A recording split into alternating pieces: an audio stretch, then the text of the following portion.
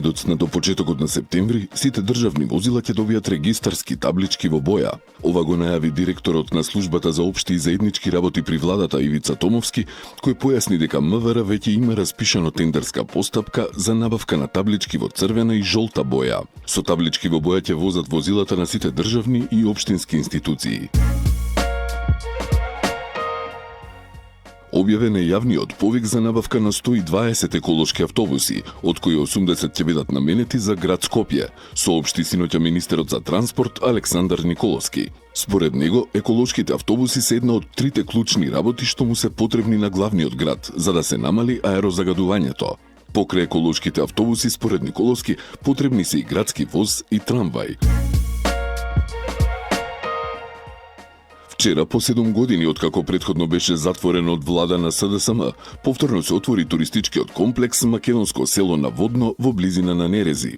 Премиерот Христијан Мицкоски на отворањето изрази задоволство што уште еден заборавен, запуштен и полууништен објект се става во функција. Македонско село се состои од хотелски соби и ресторани, а има и 12 автентични куќи, што ги отсликуваат сите региони на Македонија.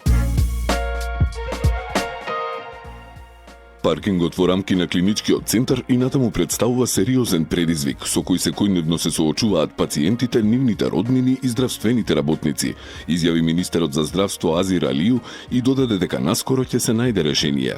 Овој паркинг со години е една од најгорливите урбани теми во Скопје, а неретко предизвикува сообраќаен хаос, доцнење на пациенти на прегледи и тешкотии во пристапот до здравствени установи.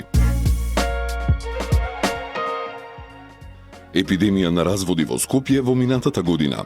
Ова го покажуваат бројките од Државниот завод за статистика, откаде велат дека раст на бројот на разводи има низ цела држава, но фрапантна е состојбата во главниот град. Според социолошките анализи, една од главните причини за зголемениот број разводи е избрзаното стапување во брак, недостатокот на комуникација, различните животни вредности, како и финансиските проблеми. Со нова инвестиција од 200 милиони денари и изградба на нови 18 училници, по 70 години се менува ликот на основното училиште Блаже Конески, објави на социјалните мрежи градоначалникот на аеродром Дејан Митески. Овој капитален проект во Мичурин е дел од програмата за обнова на училиштата и градинките на општината, појаснија оттаму. Се подобрува канализацијскиот систем во Визбегово. Со градежните работи на улица 3, застарената канализацијска мрежа се поврзува со нов цевковод со диаметар фи 250, објави градоначалничката на Скопје Данела Арсовска. Таа појасни дека целта на оваа реконструкција е да се најде долгорочно решение за досегашниот проблем со мешање на отпадните со атмосферските води, со што значително ќе се намали ризикот од поплави. По 30 години конечно се реконструира патот кон Пеленица, објави градоначалникот на Киселавода Орце Ѓорѓиевски.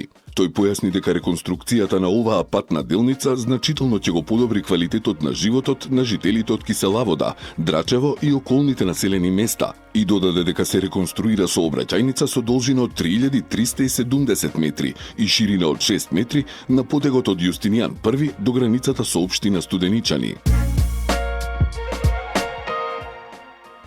Советот на општина Илинден го усвои локалниот еколошки акцијски план, стратешки документ кој представува основа за унапредување и заштита на животната средина на локално ниво.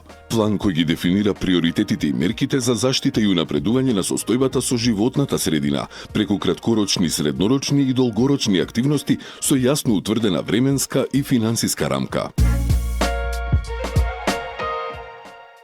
Се коси тревата, се кастрат дрвјата и се чистат улиците низ општина Бутел. Градоначалникот Дарко Костовски информираше дека низ сите населени места, училишни дворови, паркови, детски и спортски игралишта се средуваат нараснатите тревни површини. Тој појасни дека акцијата ќе продолжи и во наредниот период, со цел граѓаните да можат безбедно да ги користат зелените површини и парковите. Јавното предпријатие Водовод и канализација Скопје апелира за рационално користење и употреба на водата. Оттаму алармираа за зголемена потрошувачка и побараа од скопјани да се избегнува непотребно трошење на водата за полевање зеленило, бавчи и ниви, за миење автомобили и за полнење базени.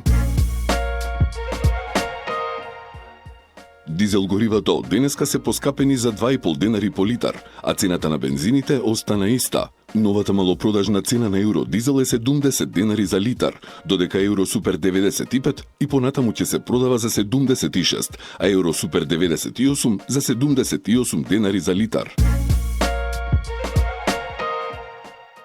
Недела на франкофонски филм ќе се одржува во кинотеката на Македонија, а организатори и годинава се Францускиот центар во Скопје и амбасадата на Франција.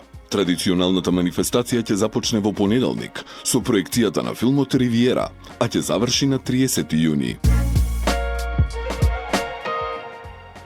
На 25 јуни 2025 година, со почеток во 20 часот, на сцената на Националната опера и балет ќе се одржи премиерата на новата балетска представа Господја Бовари.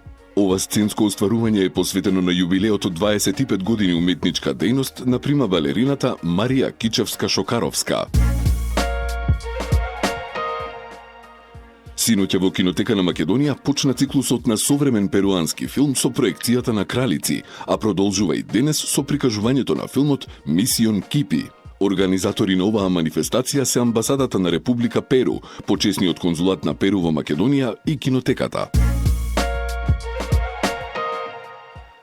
Годинишното издание на уметничкиот фестивал Креарт ќе се одржи во сабота во Младинскиот културен центар со почеток од 17 часот. Со наслов Македонско вино, на настанот ќе се понуди уникатно искуство, кое ги поврзува уметноста, културното наследство и виното. На настанот ќе бидат поставени 8 до 10 вински буриња, обезбедени од Музеот на галерија Кавадарци, на кои во живо ќе се создаваат уметнички дела инспирирани од темата.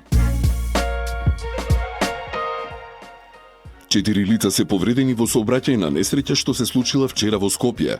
Според информациите на МВР, на крстосница од булевар Србија, улица 3 Македонска бригада и улица 12 Македонска бригада во Скопје се судриле Ауди со полициско возило Рекстон. Во незгодата повредени се возачот и сопатникот од Аудито и двајца полициски службеници со патници во службеното возило.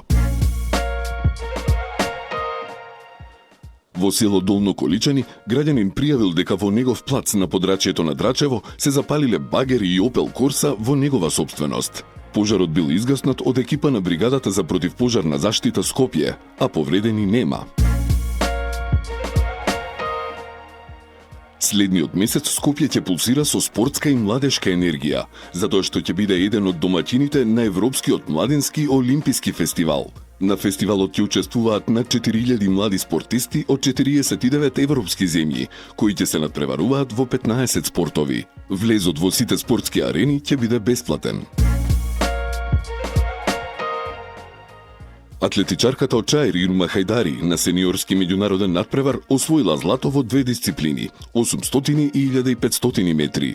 Во чест беше примена од градоначалникот Висар Ганију, кој очекува младата спортистка да стане сериозна кандидатка за учество на Олимписките игри.